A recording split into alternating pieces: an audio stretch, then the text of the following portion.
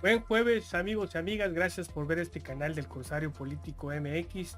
Hoy 8 de septiembre del 2022 vamos a hablar de este tema que se está discutiendo y debatiendo en la Suprema Corte de Justicia de la Nación, y es el de la prisión preventiva oficiosa. Así que vamos al intro del canal y volvemos para platicarlo.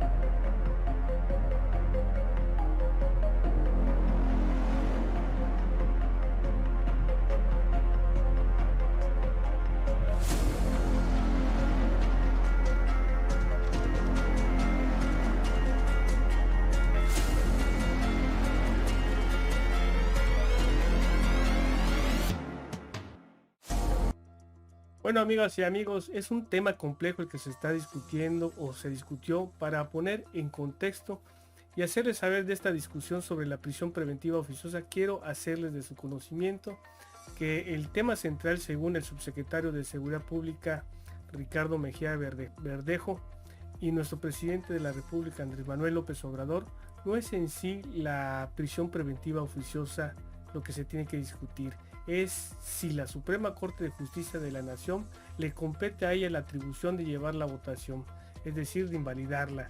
Preocupa esto porque se podrían basar en el concepto de la interpretación de la ley para inaplicar o invalidar sobre todo el artículo 167 del Código Nacional de Procedimientos Penales. Pero bueno, vamos a checar qué dijo el subsecretario de Seguridad Pública.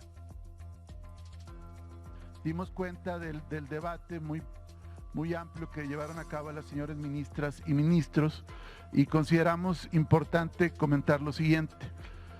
En el artículo 19 constitucional se establece que el juez ordenará la prisión preventiva oficiosamente en los casos de abuso o violencia sexual contra menores, delincuencia organizada, homicidio doloso, feminicidio, violación, secuestro, trata de personas, robo a casa habitación, uso de programas sociales con fines electorales, corrupción, tratándose de los delitos de enriquecimiento ilícito y ejercicio abusivo de funciones, robo al transporte de carga, delitos en materia de hidrocarburos o petroquímicos, el conocido huachicol, delitos en materia de desaparición forzada, delitos cometidos por medios violentos como armas y explosivos, entre otros delitos. Como lo señalamos la semana pasada, la Suprema Corte de Justicia no puede reformar, inaplicar, derogar o modificar un artículo constitucional. Solo lo puede hacer el Poder Constituyente Permanente, integrado por las dos cámaras del Congreso de la Unión, senadores y diputados, que tienen que votar reformas por mayoría calificada de 2/3 partes, y también intervienen las 32 legislaturas de los estados. Solo el Poder Constituyente Permanente puede reformar la Constitución. Este tema imperó en la mayoría de las señoras y señores ministros, mantener el artículo 19 constitucional. Sin embargo, expresamos la preocupación porque bajo el concepto de interpretación conforme o inaplicar un artículo de una ley, en este caso el Código Nacional de Procedimientos Penales, se podría en los hechos invalidar un artículo constitucional, porque el artículo 167 del Código de Procedimientos Penales reproduce literalmente, salvo una palabra que no cambia el sentido, lo que dice el artículo 19 constitucional en su segundo párrafo. Y en ambos se utiliza el verbo rector ordenará, es decir, el juez de control en el ámbito de su competencia ordenará la prisión preventiva oficiosamente en los casos de los delitos que ya hemos señalado. Si se determinara invalidar, inaplicar o dejar sin efecto este artículo del Código de Procedimientos, por la vía de los hechos se estaría restringiendo la Constitución, porque este artículo deriva literalmente de la Constitución. Siguiente. Es decir, el contenido del artículo 167 es idéntico al establecido en esa disposición constitucional, lo que implicaría que al momento de invalidar la norma secundaria se estaría en vía de consecuencia declarando en los hechos la inconstitucionalidad de la figura a nivel constitucional. Lo anterior en razón de que la fuerza de la Constitución no solamente está en el texto que la conforma, sino en todas las disposiciones que desarrollan. Y en ese sentido es importante señalar que en el artículo transitorio del decreto que establece la prisión preventiva se señala que habrá artículos que van a desarrollar este texto constitucional. Es decir, en el momento que se busque invalidar el artículo 167 del Código, se estaría invalidando el 19 constitucional. Es decir, se haría una reforma a la Constitución por la puerta de atrás. Esto es importante porque pretender alterar la eficacia de la Constitución a través de la invalidación de una ley que es prácticamente una consecuencia directa de la Constitución sería una mutación constitucional, es decir, cambiar el sentido de la norma sin alterar su texto, es decir, un fraude a la Constitución por la vía de la interpretación y anular un artículo constitucional.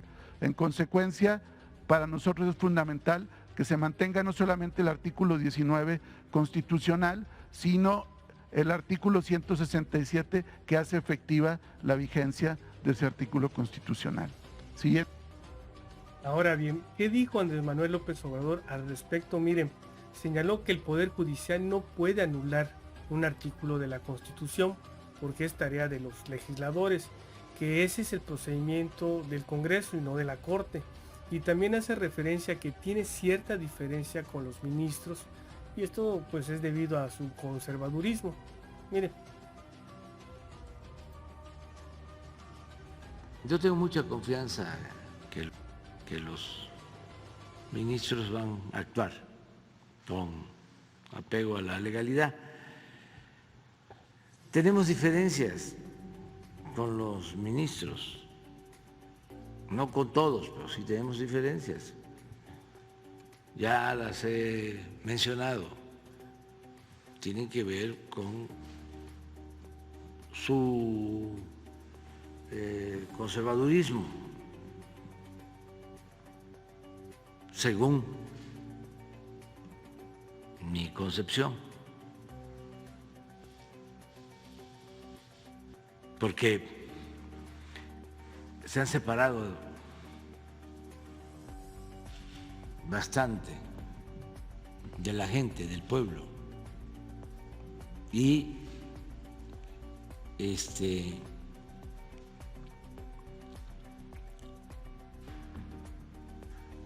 están acostumbrados a volar en lo alto.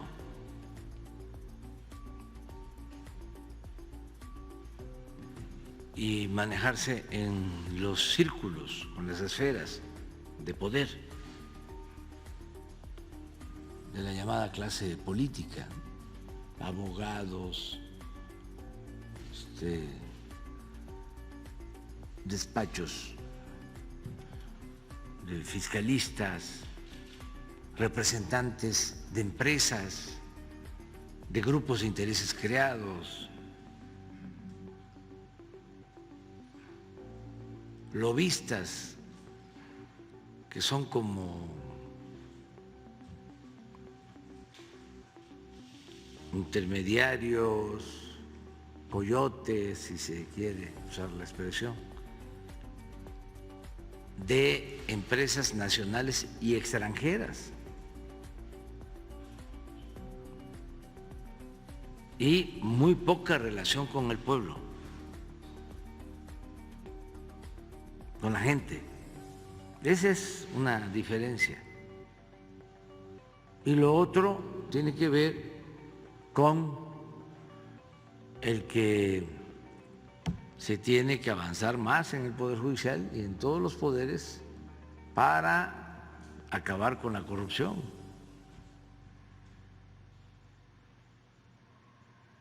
Porque constantemente hay hechos de corrupción y de impunidad en el Poder Judicial. No actúa como podría hacerlo la judicatura. Está como adorno. Entonces, constantemente estamos viendo jueces que liberan a delincuentes, incluso con antecedentes penales, y utilizan como excusa, como pretexto, de que no están bien integradas las investigaciones, que no hace bien su trabajo el Ministerio Público. Sí, puede ser, se dan también esos casos. Miren, ahora sí veamos un resumen de lo que se ha discutido en estos 3 días de sesiones en la Suprema Corte de Justicia de la Nación. Adelantarles como resultado de estos debates, hoy el ministro Luis María Aguilar Morales anunció el retiro de su proyecto de sentencia que proponía invalidar la prisión preventiva oficiosa. Señaló que buscará sumar argumentos derivados de que hubo diferencias sobre los mismos para poder llevar a cabo esa determinación. Por lo anterior, el proyecto no fue votado y se mantendrá la prisión preventiva oficiosa. El ministro Aguilar Morales comenta que va a elaborar nueva propuesta que incorpore las consideraciones de otros ministros. Miren, vamos a ver el video de esto que pasó en estos 3 días de debate. La prisión preventiva oficiosa se propone en el proyecto como contraria a los derechos humanos y una medida que presenta múltiples efectos dañinos para el sistema penal y para la sociedad. Pues en vez de ser una medida cautelar, podría considerársele como una pena anticipada. Esta propuesta que someto a su consideración no significa que la Suprema Corte vaya a negar la posibilidad de decretar la prisión preventiva. Simplemente significa que el Ministerio Público deberá solicitarla en forma justificada y deberá ser revisada periódicamente y usada excepcionalmente. Tampoco significa que se proponga que las personas que actualmente están internas deban ser liberadas en automático. La prisión preventiva automática, recalco, automática, basada únicamente en consideraciones genéricas como el tipo penal, su punibilidad o la identidad del autor, resulta violatoria de los derechos fundamentales del imputado. Suprimirla significaría una decisión que generaría mayores costos sociales porque implicaría dejar a la sociedad a merced de las bandas dedicadas al crimen organizado. Existen razones fundadas para suponer que las víctimas, los testigos, los peritos e inclusive autoridades ministeriales y juzgadores quedan en peligro.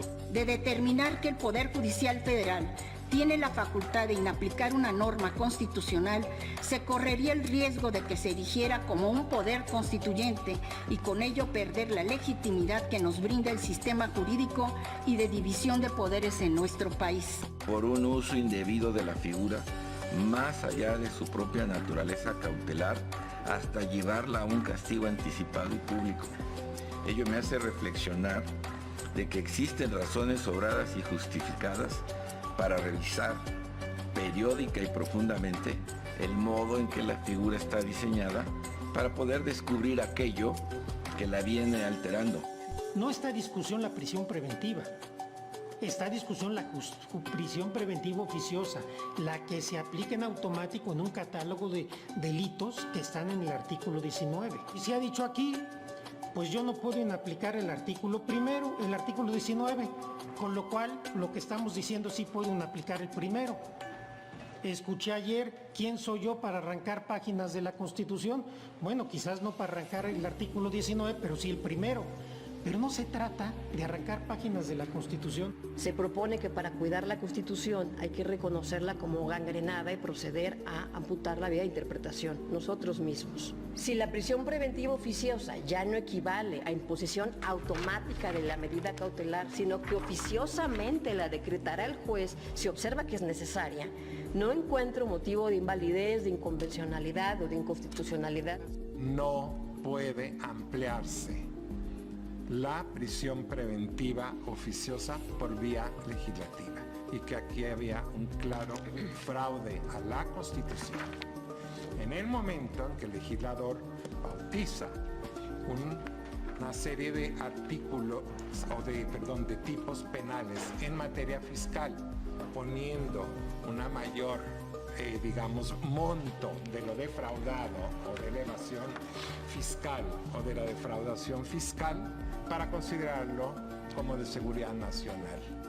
Es incorrecto aseverar que si se llegara a eliminar la figura de la prisión preventiva oficiosa, ello implicaría de garantizar la seguridad pública y cumplir con la legítima demanda ciudadana de vivir en paz, así como de castigar a los delincuentes con la firmeza que establece la ley. Lo que caracteriza a la modalidad oficiosa es precisamente que el juez de control no tiene obligación alguna de razonar a la luz de las particulares del caso y por consecuencia lógica el Ministerio Público está exento del deber de defender su pretensión ante un órgano decisor independiente. Con el deseo de saber si debo, frente a ustedes, retirar el proyecto para reelaborarlo conforme a un criterio que buscaría yo como está, unificado o al menos en un tronco común, o bien votarlo y ya hacer un proyecto de engrose. Tal como lo habíamos acordado en la sesión anterior, le cedo el uso de la palabra al señor ministro Luis María Aguilar, ponente de este asunto. Muchas gracias, señor ministro presidente. En la sesión anterior se expresaron diversos comentarios, dudas, sugerencias y disensos en relación al proyecto que propuse a la consideración de este alto tribunal. He escuchado con atención y en respetuoso silencio todas las opiniones y consideraciones de las ministras y los ministros. Incluso este ha sido siempre mi criterio, mi actitud y mi conducta como juzgador desde hace más de 40 años. Celebro, como siempre lo he hecho, el debate abierto, transparente y plural que estamos llevando a cabo, pues esta es precisamente la labor de un auténtico tribunal constitucional en una democracia. Yo reafirmo mi postura. Tenemos una deuda histórica con estos sectores discriminados. No podemos condenarlos anticipadamente, sin juicio previo y sin la posibilidad de defensa a una vida de infortunio, pobreza y sufrimiento. Estas personas son las que requieren de la más amplia protección a que se refiere el artículo 1 constitucional, porque estas penas de prisión anticipada, aun cuando se trate de medidas cautelares, son penas irreparables para ellos y aún para sus familias. Por eso, una vez revisado detenidamente las versiones taquigráficas de estas sesiones, he encontrado algunos puntos en común que evidencian la posibilidad de llegar a un consenso mayoritario entre los integrantes de esta Suprema Corte de Justicia de la Nación, por lo que, en aras de construir una decisión que proteja los derechos de todas las personas, retiro el proyecto para reconstruir la propuesta y con ello tratar de unir los puntos de conexión, así como matizar los disensos que nos separan, a fin de proponerles una nueva metodología que nos permita expulsar los efectos dañinos de la prisión preventiva automática que ocasiona en la vida de las personas y de las familias mexicanas. La Constitución tiene una esencia antropocéntrica y culmino mi comentario señalando que la Constitución mexicana no solo es un instrumento político o de organización del Estado. La Constitución simboliza la esencia del ser humano, la lucha de las personas por la libertad, por la democracia y por todos los principios y derechos que por esencia y dignidad pertenecen al ser humano. Muchas gracias, señor presidente. Gracias a usted, señor ministro Aguilar. Queda entonces retirado este asunto y será presentado en el momento en que el señor ministro ponente considere que tiene ya todos los elementos para que se pueda ver la nueva propuesta. Bien, y voy a proceder a levantar la sesión. Convoco a las señoras y señores ministros a nuestra próxima sesión pública ordinaria que tendrá verificativo el lunes a la hora de costumbre. Se levanta la sesión.